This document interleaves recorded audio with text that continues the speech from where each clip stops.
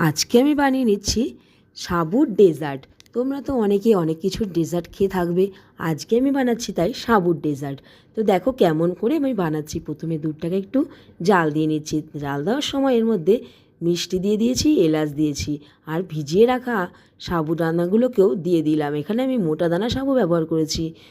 তো সমস্ত কিছু রেডি হয়ে গেছে তখনই আমি একটা পাত্রে ঢেলে নিলাম, মানে ঘন হয়ে গেছে যেই দুধ আর সাবু, তখন একটা পাত্রে আমি ঢেলে নিলাম। ঢালার পরে উপর থেকে একটা ব্যানানাকে স্লাইস করে কেটে সুন্দর করে সাজিয়ে দিচ্ছি। আর ব্যানানার সাথে এখানে আমি গ্রেপস ব্যবহার করছি, আর কিছু ফল আমি এখানে ইউজ করছি না। এর উপর থেকে আমি দিয়ে দেবো কাজু আর কিশমিশ। দেখো দেখতে কতটা সুন্দর হচ্ছে না? যেমন দেখতে সুন্দর হবে, খাওয়ার আকর্ষণটাও ততটা বেশি বেড়ে যাবে।